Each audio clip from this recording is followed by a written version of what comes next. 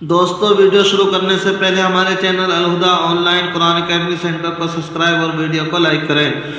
بسم اللہ الرحمن الرحیم۔ اسلامی تاریخ غزوہ احد میں صحابہ کرام کی بے مثال قربانی۔ غزوہ احد میں حضور صلی اللہ علیہ وسلم کے صحابہ نے جس والہانہ محبت و وفاداری کا مظاہرہ کیا، اس کا تصور بھی رہتی دنیا تک عالم اسلام کی روحانی جذبہ سے مالا مال کرتا رہے گا۔ جب مشرکین نے آپ صلی اللہ علیہ وسلم کا گھیراؤ کر لیا تو فرمایا، مجھ پر کون جان قربان کرتا ہے؟ زیاد بن سکن رضی اللہ عنہ چند انصاریوں کے ساتھ آگے بڑھے اور یکے بعد دیگرے ساتوں نے آپ صلی اللہ علیہ وسلم کی حفاظت میں اپنے آپ کو قربان کر دیا۔ عبداللہ بن قمین یار نے جب تلوار کا وار کیا تو عمارہ رضی اللہ عنہ حضور صلی اللہ علیہ وسلم کے سامنے آ گئی اور اس کے وار کو اپنے کندھوں پر روک لیا۔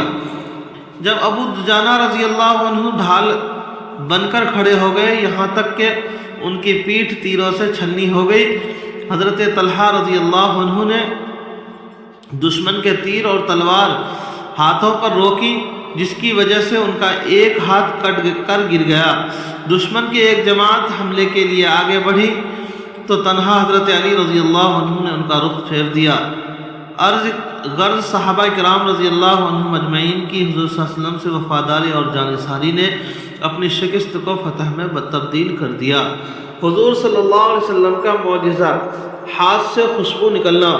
حضرت ام سلمہ رضی اللہ عنہ فرماتی ہیں کہ جس دن رسول اللہ صلی اللہ علیہ وسلم کی وفات ہوئی، اس دن میں نے حضور صلی اللہ علیہ وسلم کے سینے مبارک پر ہاتھ رکھا تھا۔ اس کے بعد ایک زمانہ گزر گیا، میں اس ہاتھ سے کھاتی رہی اور اس کو دھوتی رہی، لیکن میرے اس ہاتھ سے مشک کی خوشبو ختم نہیں ہوئی۔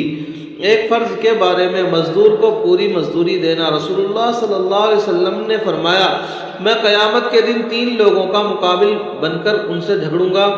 ان 3 میں سے ایک وہ شخص ہے جس نے کسی کو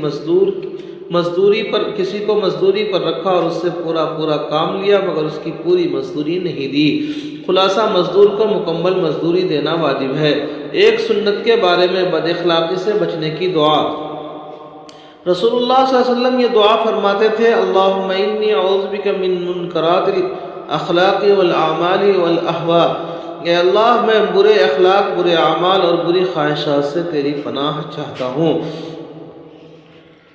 ایک اہم عمل کی فضیلت، خشوع و خضوع سے نماز ادا کرنا۔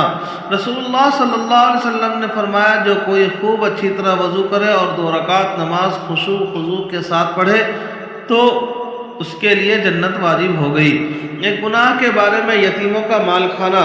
قرآن میں اللہ تعالیٰ فرماتا ہے، یتیموں کے مال ان کو دیتے رہا کرو، پاک مال کو پاک مال سے نہ بدلو اور ان مال کو اپنے مالوں کے ساتھ ملا کر مت کھاؤ، ایسا کرنا یقیناً بہت بڑا گناہ ہے۔ دنیا کے بارے میں نافرمانوں سے نعمتیں چھین لی جاتی ہیں۔ قرآن میں اللہ تعالیٰ فرماتا ہے، وہ نافرمان لوگ کہتے ہیں، باغ، چشمے، کھیتیاں، عمدہ مکانات اور آرام کے سامان جن میں وہ مزے کا کیا کرتے تھے، سب چھوڑ گئے، ہم نے اسی طرح کیا اور ان سب چیزوں کا وارث ایک دوسرے کو قوم کو بنا دیا۔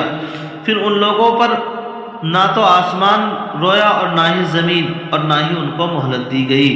آخرت کے بارے میں اہل ایمان اور قیامت کا دن۔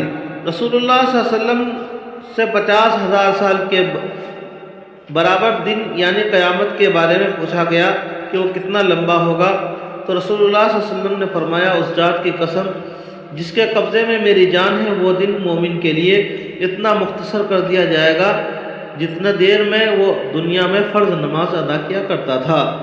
طب نبوی سے علاج، کدو یعنی دودھی سے علاج۔